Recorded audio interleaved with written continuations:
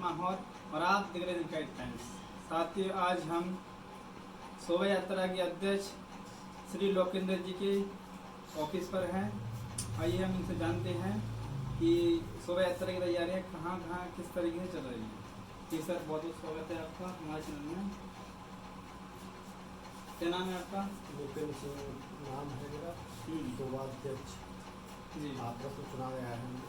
जी 14 तारीख को जिस तरीके से पूरे भारत देश पूरे विश्व में डॉक्टर भीमराव अम्बेडकर बाबा साहब की जयंती मनाई जाती है,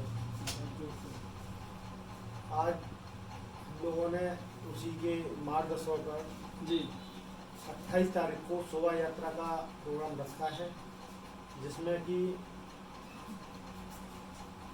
विभिन्न गांवों से झांकियां, काफ़ी लोग दर्शक के रूप में आएंगे। सारा सहयोग।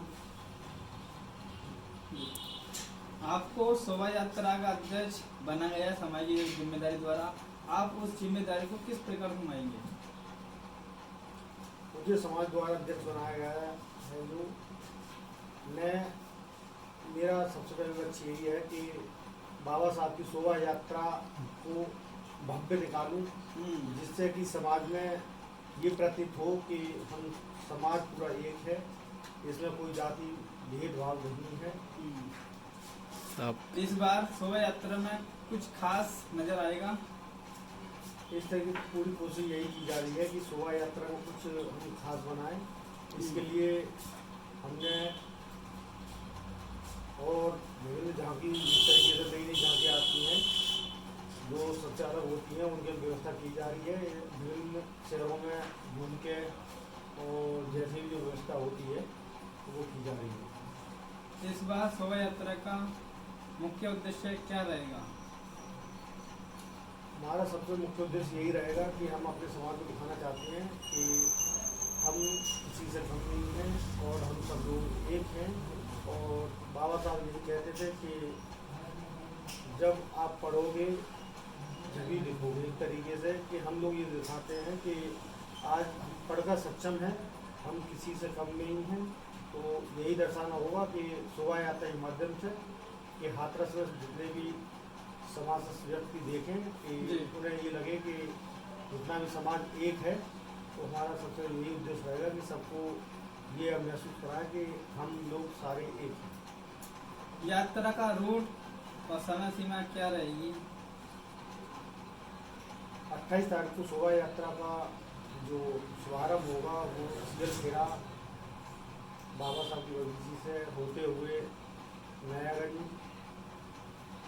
सराफा बाजार, जी नेहरू गेट चौराया, सराफा नेहरू गेट होते हुए सादाबाद गेट, घास की मंडी, मेन मार्केट में होते हुए ये खंडारी गली अलीगढ़ रोड पर समाप्त होगा। और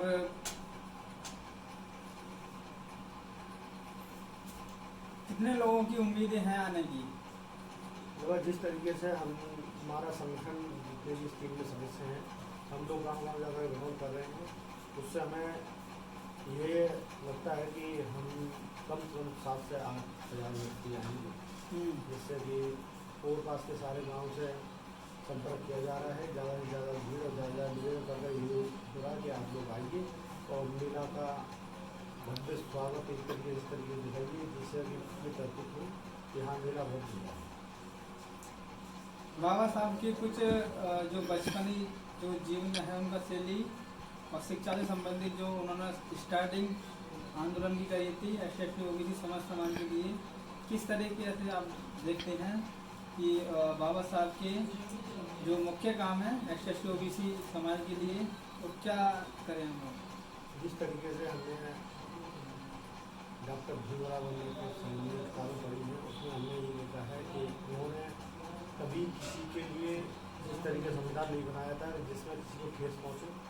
सिर्फ जो व्यक्ति जिस लायक नहीं थे उनको एक आरक्षण के रूप में आगे बढ़ने के लिए उन्होंने ये उद्देश्य था, जिसमें कि सारी एससी संबंधित SC ST जितनी भी कास्टें आती हैं, तो जिनको कहीं भी समाज में बैठने के लिए या किसी कार्य करने के लिए नहीं चुना जाता था। आज उनको विभिन्न विभागों से लेके उच्च पदों तक कार्य व्यक्ति उस पदों पर हैं। तो बाबा साहब का यही संघर्ष था कि आप पढ़कर लिखकर आप इस तरीके से मिलिए जो आपकी कर्तव्य उंगली न उठा। बाबा साहब ने संविधान लिखा, उनका मुख्य उद्देश्य और क्या योगदान रहा संविधान में? बाबा साहब ने जो संविधान लिखा इसमें वो मुख्य व्यक्ति अध्यक्ष थे। बाबा साहब ने संविधान में हमेशा यही लिखा है कि आप किसी से भी कोई अत्याचार हो या समानता हो, ये नहीं है कि सिर्फ एससी से संबंधित है।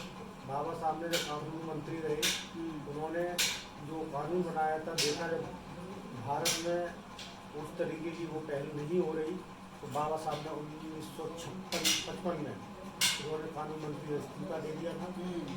उसके बाद बाबा साहब कई धर्मों के गए, जिसमें जैन धर्म, ईसाई धर्म, मुस्लिम धर्म, लेकिन उन्होंने जितने जहाँ कहीं जाके देखा उसमें कुछ नहीं। फिर उसके बाद लास्ट में वो बौद्ध धर्म उन्होंने अपनाया। बौद्ध धर्म क्यों अपनाया? बौद्ध धर्म बाबा साहब ने इसलिए अपनाया कि उसमें किसी भी व्यक्ति किसी स्वार्थ के लिए वो धर्म सबके लिए एक था। उन्होंने कभी किसी के लिए ये नहीं देखा बौद्ध धर्म में कि जैसे कि मुसलमान होते, मुसलमान धर्म अपनाया तो उसमें गए थे, तो उन्होंने बताया कि इसमें कोई, हम लोग मुसलमान हैं, इसमें कोई जाति राधि नहीं होती। तो उन्होंने कहा इसमें सिख की मुसलमान होते हैं, कसाई होते हैं, मेवात होते हैं। तो उन्होंने देखा ये क्या है, तो तुम्हारे समाज में अगर बांटने वाली बात नहीं है, ये सब लोग क्या है। तो इस तरीके से उन्होंने कई धर्मों को ज्ञान देखते हुए बौद्ध धर्म में देखा कि बौद्ध धर्म में सिर्फ एक धर्म है, कोई धर्म नहीं है, समानता का प्रतीक है। समानता का प्रतीक है। इसलिए बाबा साहब ने बौद्ध धर्म को अपनाया। हिंदू धर्म क्यों त्यागा, क्यों छोड़ा? बाबा साहब ने जब देखा कि हिंदू धर्म में जात पात, ऊंच नीच इस तरीके के जब देखा, तो उन्होंने उसी को देखते हुए जो संविधान बनाया था, उसमें जब देखा कि बाबा साहब ने इसमें ऊंच नीच जो सपना देखा था बाबा साहब ने, वो उस तरीके से कोई पहल नहीं हो पा रही थी। उसी वजह से बाबा साहब ने 1955 में